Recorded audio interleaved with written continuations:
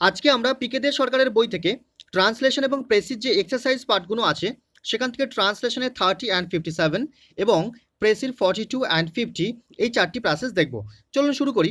First আপনারা ভিডিওটাকে pause করে এই যে 30 যে ট্রান্সলেশন প্যাসেজটা আছে এটাকে ভালো করে পড়ে নিন, তারপরে আমরা এগোবো। ঠিক আছে, পড়া হয়েছে? তাহলে এগোই, চলুন কি বলছে দেখি। দেখুন ফার্স্ট যে লাইনটা বলছে, কি বলছে এখানে, বলছে সেই ইংরেজ বলিল আমার মা আছেন।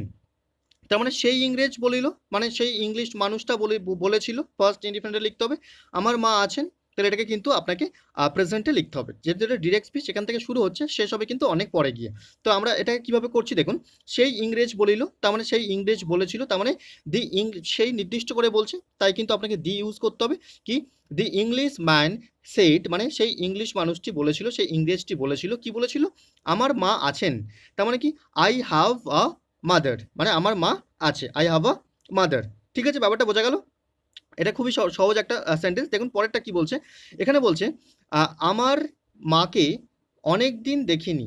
সেই যে ডিরেক্ট স্পিচটা শুরু হয়েছিল এটা কিন্তু এখনো চলছে। তাহলে কি বলছে, আমার মাকে অনেক দিন দেখিনি, মাকে দেখবার জন্য প্রাণ বড় আকুল হয়েছে। দেখুন এই যে প্রাণ বড় আকুল হয়েছে, এর একটা নির্দিষ্টভাবে লেখা যায় এটাকে।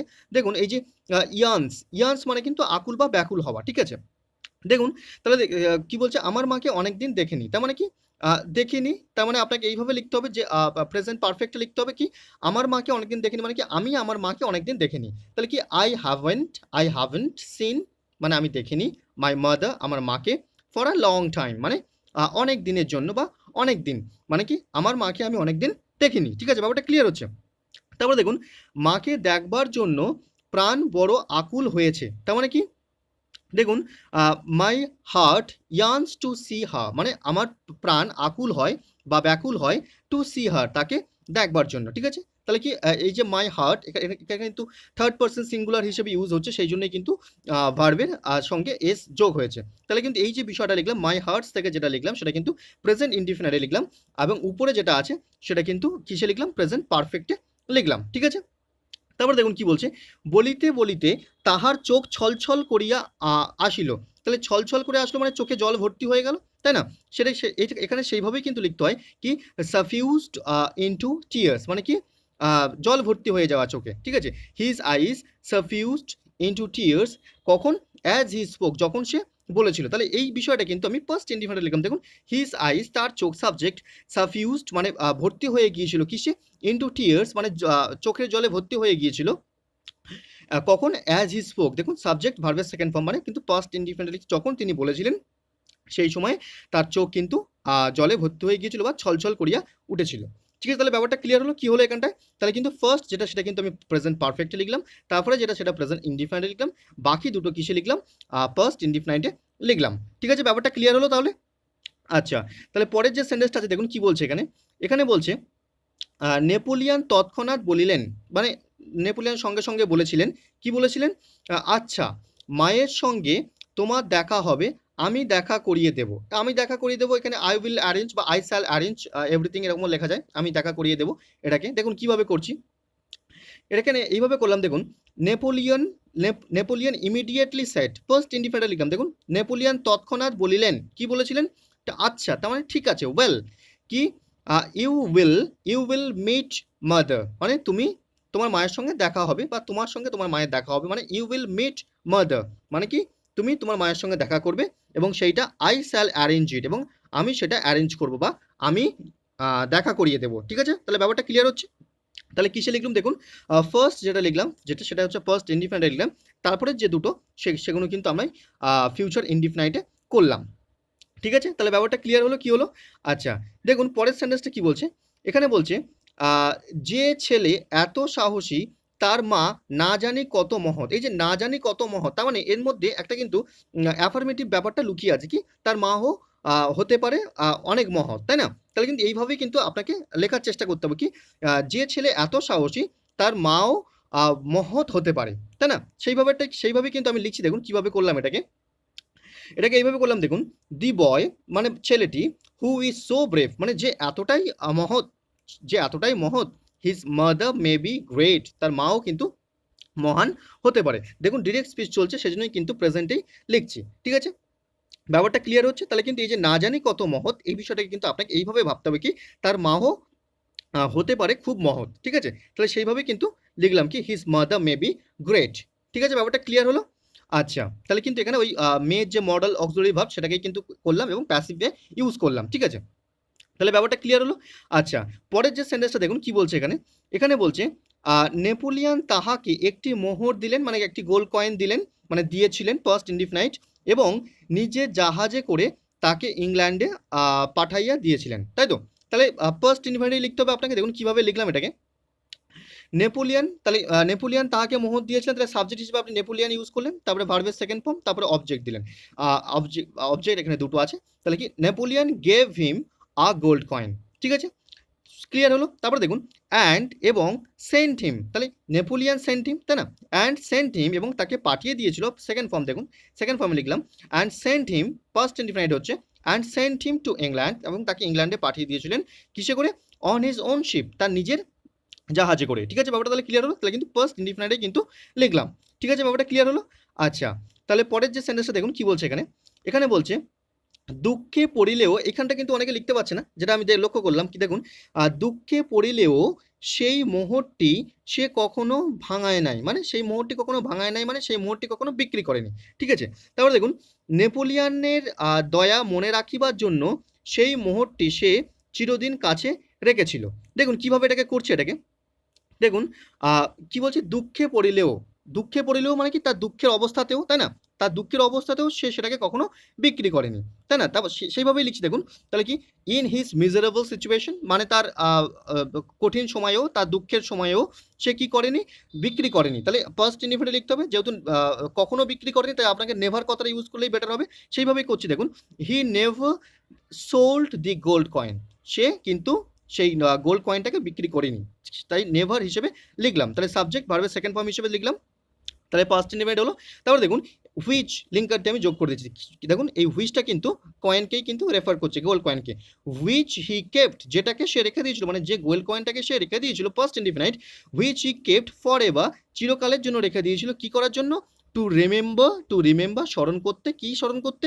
টু রিমেম্বার নেপোলিয়ানস কাইন্ডনেস, মানে নেপোলিয়ানের যে দয়া, সেটাকে মনে রাখার জন্য সে সেটাকে রেখে দিয়েছিল, ঠিক আছে? তাহলে ব্যাপারটা ক্লিয়ার হলো কিভাবে লিখলাম। তাহলে দেখুন আরেকবার, ইন হিজ মিজারেবল সিচুয়েশন, এখানে কমা দেওয়া উচিত। তাহলে ইন হিজ মিজারেবল সিচুয়েশন মানে তার দুঃখের সময়ও, হি নেভার সোল্ড, সে কখনোই বিক্রি করেনি। ফার্স্ট ইনডিফিনাইট হচ্ছে, যেহেতু কখনো বিক্রি করেনি, কখনো ব্যাপারটা আসছে, তাই কিন্তু নেভার লিখলাম, কখনো না তাই নেভার লিখলাম। তাহলে কি he never sold the gold coin, সে গোল্ড কয়েনটাকে বিক্রি করেনি কখনো। হুইচ হি কেপ্ট, যেটাকে সে রেখে দিয়েছিল, মানে হুইচ মানে কিন্তু গোল্ড কয়েনটার কথা বলা হচ্ছে। Which he kept, first independent হচ্ছে দেখুন, সাবজেক্ট ভার্বের second form. Which he kept, যেটাকে সে রেখে দিয়েছিল, ফর এভার, চিরকালের জন্য, টু রিমেম্বার স্মরণ করতে, নেপোলিয়ানস কাইন্ডনেস, মানে নেপোলিয়ানের দয়া, ঠিক আছে? তাহলে ব্যাপারটা ক্লিয়ার হলো কিভাবে লিখলাম। আচ্ছা, তারপরে দেখুন আমাদের যে প্রেসিভ প্যাসেজটা আছে, এই প্রেসিভ প্যাসেজটাকে ভালো করে একবার পড়ে নিন, তারপরে আমরা চেষ্টা করছি এর মানেটাকে বুঝিয়ে দেওয়ার। দেখুন কি বলছে এখানে। এখানে বলছে generally people think of a desert as a vast level sandy plain like the sands of the shore at low tide. তার মানে কি, এটা কি? তার মানেটা হচ্ছে সাধারণত মানুষ ডেজার্ট কীভাবে একটা ভাস্ট লেভেল ভাবে, বিশাল বড় একটা জায়গা, যেটা কিনা স্যান্ডি প্লেন, যাতে কিনা বালু ভর্তি, মানে বালি ভর্তি, স্যান্ডি প্লেন হয়ে থাকে, মানে বালুকাময় একটা প্লেন, বালুকাময় একটা ভূমি হয়। অ্যান্ড লাইক দি স্যান্ডস, যেটা কিনা স্যান্ডসের মতো বালি দিয়ে তাকে ভর্তি থাকে। কিসের বালি সেরকমটা বলছে, একটা উপমা দিচ্ছে কি, লাইক দি স্যান্ডস অফ দি শোর অ্যাট দি লো টাইড, মানে উপকূলবর্তী অঞ্চলে, লো টাইড যেখানে হালকা টাইড থাকে, হালকা ঢেউ থাকে, সেরকম অঞ্চলে, উপকূলবর্তী অঞ্চলে যে বালি রাশিগুলো থাকে ঠিক সেরকমটাই হয়ে থাকে, সেরকমটাই কিন্তু এখানে বলছে। তারপর দেখুন কি বলছে, স্ট্রেচিং অ্যাওয়ে, মানে এটা বিস্তৃতিটা বলছে যে এটা কতটা বিস্তৃত, বলছে stretching away into the distance further than the I can reach, মানে মানুষের চোখ যতদূর পৌঁছায় তার থেকেও কিন্তু অনেকটা বেশি এটা বিস্তৃত থাকে, ঠিক আছে? বোঝা যাচ্ছে? তারপর দেখুন কি বলছে, ইন রিয়ালিটি, মানে বাস্তবে, nothing can be much for the removed from the truth, for although the desert may in certain places be flat and sandy, মানে বাস্তবে এটা সত্য, কি সত্য, যে যে যে ডেজার্ট যেটা, সেটাকে কিন্তু ফ্ল্যাট বা স্যান্ডি, এটা ছাড়াও কি কি হয়ে থাকে সেটাই বলছে, যে বাস্তবে যে ডেজার্ট যে শুধু ফ্ল্যাট হয়ে থাকে বা স্যান্ডি হয়ে থাকে এরকমটা কিন্তু নয়। এটা আর কি হতে পারে, এটা এরকম হয়ে থাকে কি, ইট অলসো ফ্রিকুয়েন্টলি হিলি, এটা কখনো কখনো কোনো কোনো জায়গায় ফ্রিকুয়েন্টলি হিলি হয়ে থাকে, অ্যান্ড ইট মে বি মাউন্টেনাস, এটা মাউন্টেনাসও হয়ে থাকে। ঠিক আছে, তারপর দেখুন কি বলছে, it may be covered not with sand but with rocks, মানে এটা যে শুধুমাত্র স্যান্ড দিয়েই যে কভার করা তা নয়, এটা কিন্তু রক্স দিয়েও কভার করা থাকে। ঠিক আছে, তারপরে দেখুন ইট মে বি ওয়েভি প্লেন, এটা ওয়েভি প্লেনও হতে পারে। ঠিক আছে, মানে তরঙ্গায়িত যে প্লেন, সব তরঙ্গায়িত যে ভূমি সেরকম।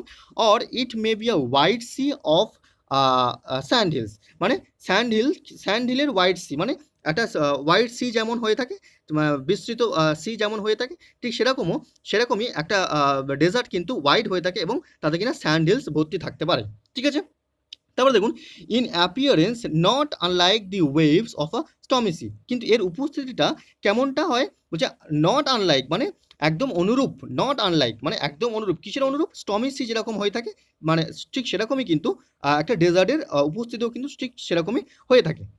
ঠিক আছে, তারপরে দেখুন ইন সার্টেন প্লেসেস টু, মানে এইরকম জায়গাতেও the desert is not unfertile, মানে যেটা কিনা আনফার্টাইল নয় যে ডেজার্ট, সেখানে and great areas of what are now barren land, যেখানে কিনা এখনো পর্যন্ত ব্যারেন ল্যান্ড আছে, যে সমস্ত ডেজার্ট এরকমটাই হয়ে থাকে, could be made to grow good crops if they could only obtain enough water, মানে সেখানে যদি এনাফ ওয়াটার প্রোভাইড করা যেতে পারে, যদি প্রোভাইড করা যদি হয়, তাহলে কিন্তু সেখানে কাল্টিভেশন বা ফুড ক্রপসও গ্রো হতে পারে। তার মানে এখান থেকে আপনি ব্যাপারটা কি বুঝছেন, যে এখানে এখানে বলতে চাইছে যে ডেজার্ট যে শুধুমাত্র সেখানে স্যান্ড বা হিল বা এই যে ওয়েভি প্লেন এই জিনিসটা থাকে, এবং এটা মানেই যে একটা রুক্ষ একটা ব্যাপার, এই বিষয়টা কিন্তু জেনারেলি মানুষ ভেবে থাকে, তাই না? এবং এই বিষয়টা যে কোনো কাজে লাগবে না, এটাকে যে মানুষ কাজে ব্যবহার করতে পারবে না সেটা কিন্তু নয়। তার মানে কি, কোনো কিছুই মানে এখান থেকে বোঝাতে চাইছে যে কোনো কিছুই কিন্তু ইউজলেস এটা কিন্তু হতেই পারে না।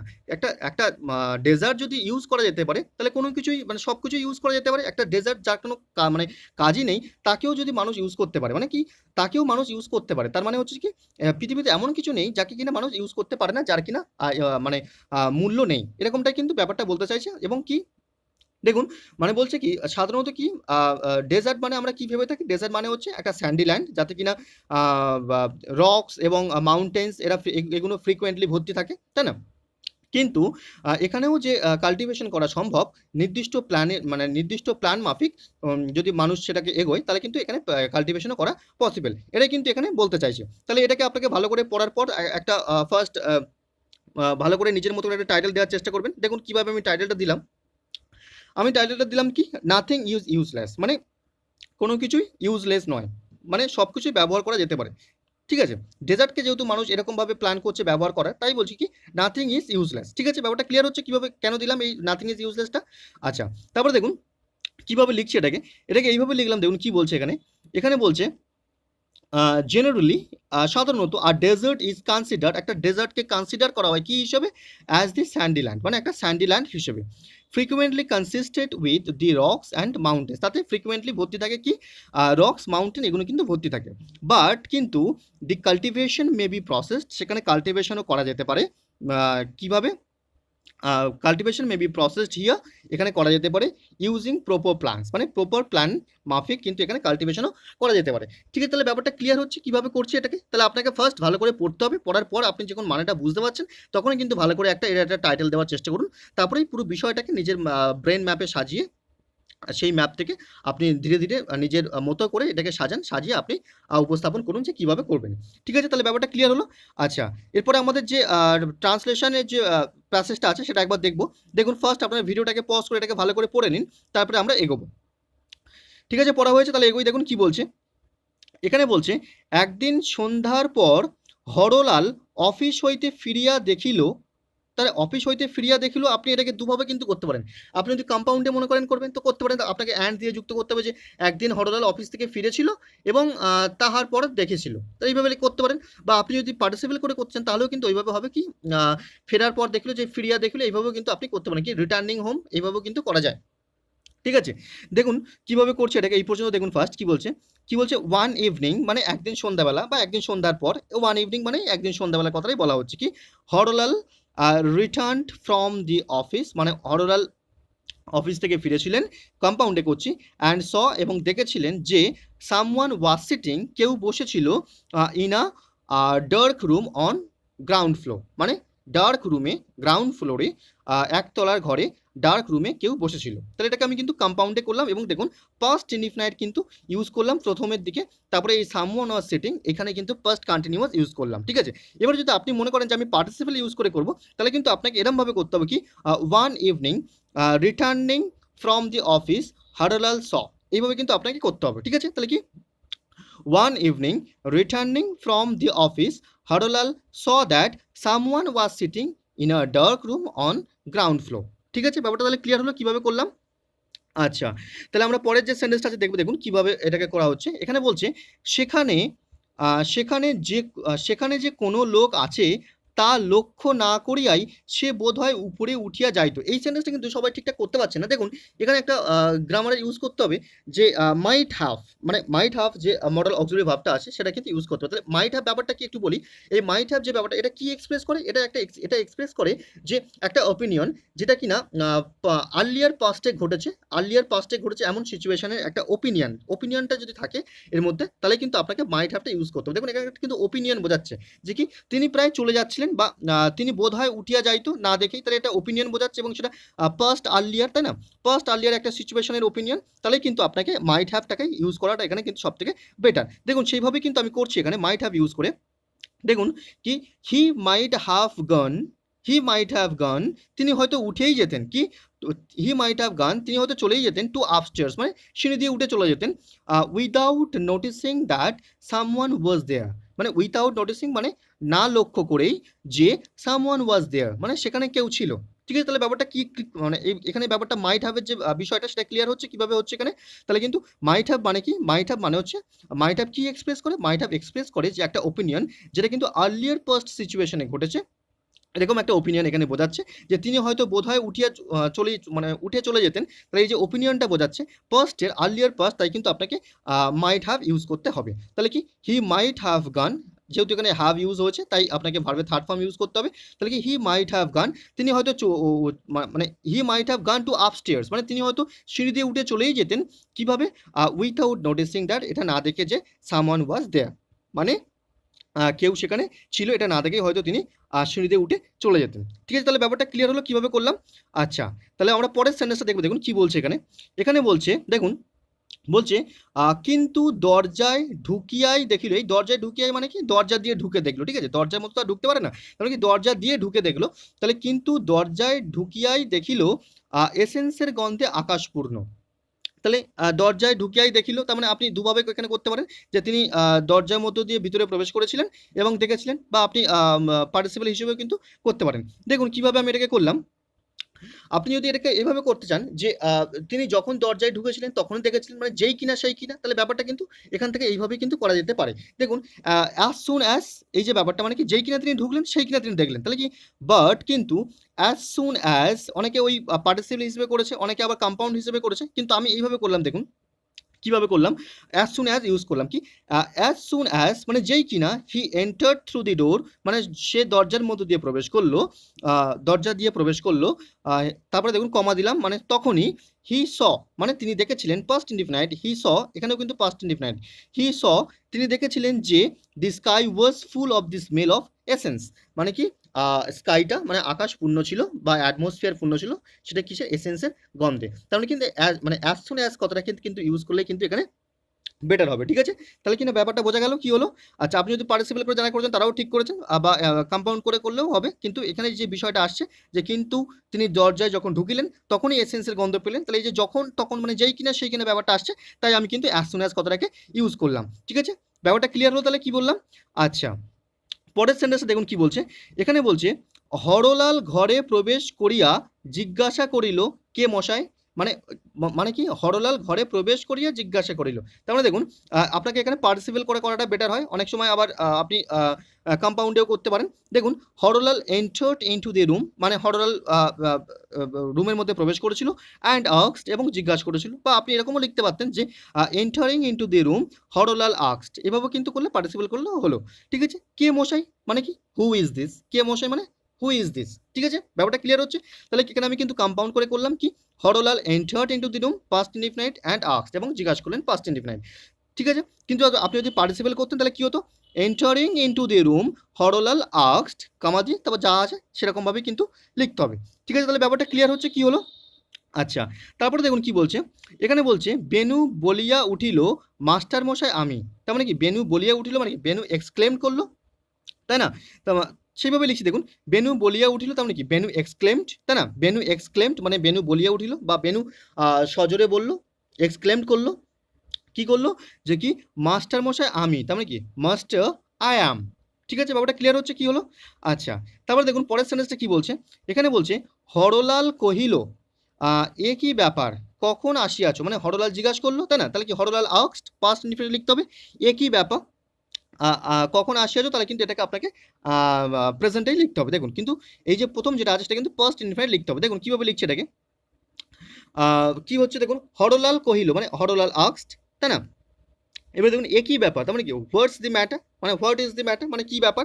এবার দেখুন কখন আসিয়াছো মানে কখন তুমি এসেছিলে, তার মানে কি ফার্স্ট ইনডিফিনিট লিখতে হবে এবং ইন্টারোগেটিভ সেন্টেন্স, তাই লিখছি দেখুন when did you come মানে তুমি কখন এসেছো মানে কখন তুমি এসেছিলে, তার মানে দেখুন এখানে যেহেতু আমি ডিড ইউজ করছি তাই আপনাকে কি করতে হবে ভার্বের কিন্তু ফার্স্ট ফর্মে ইউজ করতে হবে। ইন্টারোগেটিভ সেন্টেন্সে যখন ডিড ইউজ হয় তখন কিন্তু ফার্স্ট মানে সেকেন্ড ফর্ম ইউজ না হয়ে ভার্বের কিন্তু ফার্স্ট ফর্মে ইউজ হয়, ঠিক আছে। ব্যাপারটা ক্লিয়ার হচ্ছে তাহলে কি হলো। আচ্ছা, তাহলে আমরা পরের সেন্টেন্সটা দেখবো, দেখুন কি বলছে, এখানে বলছে বেনু কহিল মানে বেনু উত্তর দিল, আপনি বেনু রিপ্লাইড লিখতে পারেন বা বেনু সেডও লিখতে পারেন, কোনো অসুবিধা নেই। বেনু কহিল অনেকক্ষণ আসিয়াছি, দেখুন কিভাবে লিখছি এটাকে, এখানে এইভাবে লিখলাম দেখুন বেনু সেট বা আপনি বেনু রিপ্লাইডও লিখতে পারেন, কি আই হ্যাভ কাম হিয়ার মানে আমি এখানে এসছি, প্রেজেন্ট পারফেক্টে লিখছি I have come here ere long before মানে কি আমি এখানে এসছি কিছুক্ষণ আগে বা অনেকক্ষণ হয়েছে, ঠিক আছে। তাহলে কি I have come here ere long before, ঠিক আছে। তাহলে ব্যাপারটা ক্লিয়ার হচ্ছে, প্রেজেন্ট পারফেক্টেই কিন্তু লিখলাম, ঠিক আছে, ব্যাপারটা ক্লিয়ার হলো।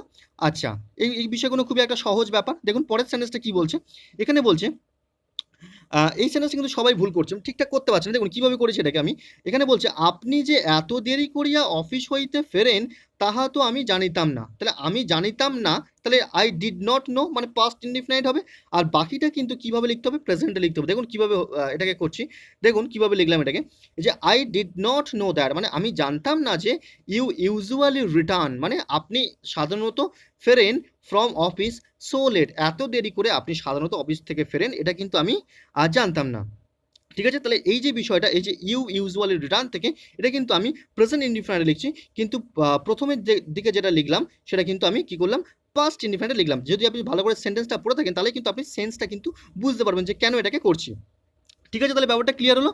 আচ্ছা, তাহলে আমরা পরের যে সেন্টেন্সটা আছে দেখুন কিভাবে বলছে এটাকে, এখানে বলছে বহুকাল হইল সেই যে নিমন্ত্রণ খাইয়া গেছে তাহার পরে আর একবারও বেনু এ বাসায় আসে নাই। তাহলে যদি এটাকে আপনি ভালো করে সেন্সটা ধরার চেষ্টা করেন যে বেনু আসে নাই, এটাকে যে নেগেটিভ সেন্সটা বলছে এটা কিন্তু আপনি অ্যাফার্মেটিভও করতে পারেন যদি এইভাবে সেন্সটাকে ধরেন যে বেনু সেই নিমন্ত্রণ খাওয়ার অনেক দিন হয়ে গেছে এসেছিল, তাই না, মানে কি বেনু নিমন্ত্রণ খাওয়ার পরে আর আসেনি অনেক দিন হয়ে গেছে, তার মানে কি বেনু অনেক আগে এসেছিল সেই নিমন্ত্রণ খাওয়ার সময়। তাহলে এইভাবে কিন্তু অ্যাফার্মেটিভ করেও কিন্তু লেখা যায়। দেখুন আমি এখানে নেগেটিভ না করে কিন্তু অ্যাফার্মেটিভ করেই কিন্তু লিখেছি। দেখুন ইট had been a long time মানে অনেক সময় হয়ে গেছে, তাহলে কীভাবে করছি পাস্ট যে পারফেক্ট সেই পাস্ট পারফেক্ট কিন্তু প্যাসিভ ফর্মটাকে আমি কিন্তু এখানে ব্যবহার করছি।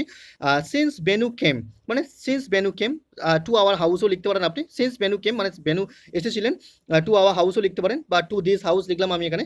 তো আফটার রিসিভিং দি ইনভিটেশন মানে ইনভিটেশনটা রিসিভ করার পর বেনু এসেছিল সে তার বহুকাল হয়ে গেছে, তাহলে এই যে আসে না এই ব্যাপারটাকে কিন্তু এইভাবেও লেখা যায় অ্যাফার্মেটিভ সেন্টেন্সে ইউজ করে। তার মানে কি it had been a long time অনেককাল হয়ে গেছে সিন্স বেনু কেম বেনু আসার টু দিস হাউস এই বাড়িতে আফটার রিসিভিং দি ইনভিটেশন মানে ইনভিটেশনটাকে রিসিভ করার পর বেনুর এই বাড়িতে আসার বহুকাল হয়ে গেছে, ঠিক আছে। তাহলে ব্যাপারটা ক্লিয়ার হল, নেগেটিভটাকে কিন্তু আমি অ্যাফার্মেটিভ হিসেবে সেন্সটাকে একই রেখে কিন্তু সেন্টেন্সটাকে লিখলাম, ঠিক আছে। তাহলে ব্যাপারটা ক্লিয়ার হয়েছে। আচ্ছা, আমরা তাহলে পরের যে সেন্টেন্সটা দেখবো, দেখুন কি বলছে এখানে, এখানে বলছে আজ হঠাৎ করিয়া সে যে সন্ধ্যার সময় এই অন্ধকারে ঘরের মধ্যে অপেক্ষা করিয়া বসিয়া আছে, এই যে ব্যাপারটা এখানে কিন্তু আপনি সেন্সটাকে ভালো করে কাজে লাগান, অনেকেরই কিন্তু ভুল হচ্ছে। দেখুন এখানে বলছে সন্ধ্যার সময় অন্ধকারে বসিয়ে আছে, তার মানে কি সন্ধ্যা থেকে অপেক্ষা করছে ঘরের মধ্যে, সন্ধ্যা থেকে অপেক্ষা করছিল, যদি আপনি এইভাবে সেন্সটাকে ধরেন তাহলে কিন্তু আপনাকে পাস্ট পারফেক্ট কন্টিনিউয়াসই কিন্তু লিখতে হবে। কিন্তু অনেকে কি করছে সন্ধ্যা থেকে মানে সন্ধ্যার থেকে এই সেন্সটাকে না কাজে লাগিয়ে সন্ধ্যার সময়টাকে কাজে লাগাচ্ছে। তাহলে তখন তারা কিন্তু কিভাবে করছে যে পাস্ট কন্টিনিউয়াস ইউজ করছে। তো আপনি যদি ওইরকম সেন্সে করেন তাহলে পাস্ট কন্টিনিউয়াস ঠিক। কিন্তু যদি আপনি এইভাবে ধরেন সেন্সটাকে যে সন্ধ্যা থেকে অপেক্ষা করছে তাহলে কিন্তু আপনাকে পাস্ট পারফেক্ট কন্টিনিউয়াস ইউজ করতে হবে। দেখুন আমি কিন্তু এই সেন্সটাকে কাজে লাগিয়েছি এখানে কি সন্ধ্যার থেকে অপেক্ষা করছে এরকমভাবে কিন্তু আমি সেন্টেন্সটাকে লিখছি। দেখুন কিভাবে লিখছি এই পর্যন্ত আগে দেখুন কিভাবে লিখলাম। এই যে এখানে বলছে দেখুন কি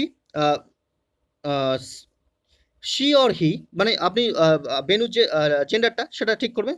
ঠিক করার পর তারপরে হি বা সি যে কোনো একটা লিখবেন। তাহলে শি বা হি মানে হি হ্যাড বিন ওয়েটিং, তাহলে দেখুন ফার্স্ট পারফেক্ট কন্টিনিউয়াস ইউজ হচ্ছে। He had been waiting in this dark room since the evening.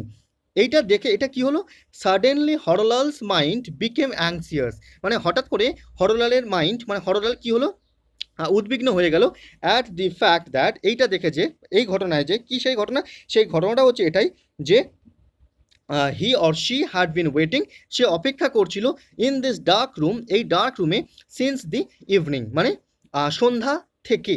ঠিক আছে, ব্যাপারটা ক্লিয়ার হচ্ছে। তাহলে কীভাবে করলাম, ফার্স্ট পারফেক্ট কন্টিনিউয়াস ইউজ করে কিন্তু করলাম। ঠিক আছে, তাহলে ব্যাপারটা ক্লিয়ার হলো। তাহলে আমাদের এই যে ট্রান্সলেশন যে প্রসেসটা, সেই ট্রান্সলেশন প্রসেসটা এখানে কমপ্লিট হলো। এরপরে আমরা যে পরের যে প্রেসি প্রসেসটা আমাদের হোম টাস্ক ছিল সেটা একবার দেখবো। দেখুন কি বলছে এখানে, ভালো করে আপনারা ফার্স্ট মানেটাকে বোঝার চেষ্টা করুন বারবার পড়ে, তারপর আমি চেষ্টা করছি এর মানেটা কি বলেছে একটু বুঝিয়ে দেওয়ার। দেখুন কি বলছে, অ্যাজ আ মিওর অ্যানিমাল মানে একটা বিশুদ্ধ প্রাণী হিসেবে বা একটা শুদ্ধ প্রাণী হিসেবে, একজন ইউনিক প্রাণী হিসেবে, man would appear to be out of harmony with the rest of the creation, মানে অন্যান্য যে ক্রিয়েশন আছে রেস্ট ক্রিয়েশন, সেই ক্রিয়েশনের সাথে মানুষের কিন্তু সামঞ্জস্য নেই, মানে অনেক মানে সিমিলারিটিস কিন্তু নেই। ঠিক আছে, তারপরে দেখুন হি has not muscular strength sufficient to hold his own against the large animals of the cat kind, মানে ক্যাট কাইন্ড যারা আছে মানে টাইগার থেকে শুরু করে যত ক্যাট কাইন্ড অ্যানিমালস আছে তাদের সঙ্গে কিন্তু পেশির লড়াই করার সেই ফিজিক্যাল স্ট্রেংথ কিন্তু মানুষের কিন্তু নেই, সেটা কিন্তু এখানে বলছে। তারপরে দেখুন very small animals like the rabbit easily outrun him, মানে তাকে কিন্তু পরাজিত করতে পারে তার ছুটের দিক থেকে। ঠিক আছে, সেটাই বলছে, তাকে কিন্তু পেরিয়ে চলে যেতে পারে মানে র্যাবিট মানুষকে। তারপর এখানে কিন্তু উপমা দিচ্ছে, আপনি এগুলোকে একটাও টানতে পারবেন না, এইসব নামগুলোকে কিন্তু টানতেই পারবেন না, অন্যান্য অ্যানিমালস হিসেবে লিখতে পারেন। দেখুন কি বলছে এখানে, হোয়াইল হিজ আনপ্রোটেক্টেড বডি, মানে তার যে আনপ্রোটেক্টেড বডি মানুষের, leaves him at the mercy of the smallest biting of a stinging insect, মানে যেসব স্টিঙ্গিং ইনসেক্ট আছে তারা কিন্তু তাদের যে বিষ সেটা কিন্তু তার আনপ্রোটেক্টেড বডিতে কিন্তু ঢেলে দিয়ে যায়, মানুষ তার সেই করুণা বা যন্ত্রণা কিন্তু ভোগ করে। ঠিক আছে, বোঝা যাচ্ছে তাহলে কি বলছে। তারপর দেখুন, as an animal therefore man would seem to have been destined for a short stay upon the আর্থ, মানে কি মানুষ কিন্তু এইভাবেই নির্ধারিত হয়ে আছে পৃথিবীর উপরে অন্যান্য অ্যানিমালদের থেকে আলাদা হিসেবে, সেটা কিন্তু এখানে বলতে চাইছে। ঠিক আছে, তারপর দেখুন with man how ever came a new force or power which he could so use to become the lord of creation, মানে তার যে এমন একটা পাওয়ার আছে, এমন একটা পাওয়ার শক্তি আছে যে কিন্তু সেটাকে কাজে লাগিয়ে কি বলছে, so could use as to become the Lord of the creation, মানে সেটাকে কাজে লাগিয়ে সে কিন্তু এই ক্রিয়েশনের লর্ড হয়ে উঠতে পারে, সেই পাওয়ারটা কিন্তু তার মধ্যে আছে। এই যে অ্যানিম্যাল যে কিংডম, সেই অ্যানিম্যাল কিংডমে কিন্তু সে লর্ড হয়ে উঠতে পারে, সর্বসর্বা হয়ে উঠতে পারে, তার যে পাওয়ারটা তার মধ্যে আছে সেটাকে কিন্তু সে কাজে লাগিয়ে। ঠিক আছে, তারপর দেখুন this force is known by the name, এই ফোর্সের নাম কি, এই ফোর্সটা হচ্ছে কি রিজন অর ইন্টেলিজেন্স, এটা কিন্তু সেই ইন্টেলিজেন্সের ব্যাপারটাই বলছে, যেটা কিনা বুদ্ধি। ঠিক আছে, তারপরে দেখুন কি বলছে, ইট হ্যাজ ইটস সিট, মানে এটা কোথায় আছে, it has its seat in the brain, মানে এটা কিন্তু ব্রেনে আছে, from where it governs his physical and mental power, যেখান থেকে কিনা সেটা ফিজিক্যাল বা মেন্টাল পাওয়ারকে কিনা কন্ট্রোল করে থাকে। তারপরে আপনি যখন বারবার এটাকে পড়ছেন তখন কি বুঝছেন, যে এখানে বলতে চাইছে কি মানুষই হচ্ছে একটা মানে ইউনিক একটা ক্রিয়েশন, তাই না, যিনি ক্রিয়েটার তার কিন্তু একটা ইউনিক ক্রিয়েশন কিন্তু হচ্ছে মানুষ। এবং মানে এই যে মানুষ কি সে তার এনাফ ফিজিক্যাল স্ট্রেংথ বা নেই, বা ইলিউডিং পাওয়ার নেই, মানে ছোটার ক্ষমতা নেই, বা তার ফিজিক্যাল স্ট্রেংথ নেই অন্যান্য অ্যানিমালসদের মতো, কিন্তু তার যে স্ট্রেংথটা আছে তার যে সেই স্ট্রেংথটা কিন্তু তার ব্রেনে আছে, যার মাধ্যমে কিনা সে পুরো হোল অ্যানিম্যাল কিংডমকে কিন্তু সে কন্ট্রোলে রাখতে পারে, সেটাই কিন্তু এখানে বলছে, তাই না। তাহলে আপনি যখন বারবার ভালো করে পড়ছেন তখন একটা টাইটেল দেওয়ার চেষ্টা করুন। দেখুন আমি কিভাবে টাইটেলটা দিলাম, এখানে টাইটেলটা দিলাম কি, human is a unique creation, মানে হিউম্যানটা কি একটা ইউনিক ক্রিয়েশন, মানে মানুষ হচ্ছে একটা ইউনিক ক্রিয়েশন। ঠিক আছে, তারপর দেখুন কীভাবে এটাকে আমি লিখছি, এটাকে এইভাবে লিখলাম। দেখুন কী বলছে এখানে, এখানে বলছে কি দেখুন, এখানে বলছে human is the supreme creation of the creator, মানে ক্রিয়েটরের হচ্ছে সুপ্রিম ক্রিয়েশন একটা, সেটা হচ্ছে হিউম্যান, ঠিক আছে। He has not enough physical strength or eluding power like other animals, মানে অন্যান্য প্রাণীদের মতো তার কিন্তু কোনো ফিজিক্যাল স্ট্রেংথ বা ইলিউডিং পাওয়ারটা কিন্তু তার মধ্যে নেই। বাট কিন্তু হি স্ট্রেংথ, তার যে শক্তি সেটা কোথায় থাকে, লাইজ ইন হিজ ব্রেন, সেটা কিন্তু তার ব্রেনেই থাকে, ঠিক আছে। হুইচ হি ক্যান কন্ট্রোল, মানে by which he can control, যার মাধ্যমে হি ক্যান কন্ট্রোল, সে কন্ট্রোল করতে পারে কাকে, হোল অ্যানিম্যাল কিংডম, মানে পুরো অ্যানিম্যাল কিংডমটাকে কিন্তু সে সেই যে পাওয়ারটা, সেই পাওয়ারের মাধ্যমে সে কিন্তু কন্ট্রোল করতে পারে, ঠিক আছে। তাহলে ব্যাপারটা ক্লিয়ার হচ্ছে কীভাবে করছি এখানে। তাহলে আপনাকে কী করতে হবে, নিজের থেকে লিখতে হবে পরীক্ষায়, এইভাবে কপি, মানে আমি যেভাবে বোঝাচ্ছি সেইভাবে আপনি ভালোভাবে নিজের মতো করে ভালো করে পড়ুন।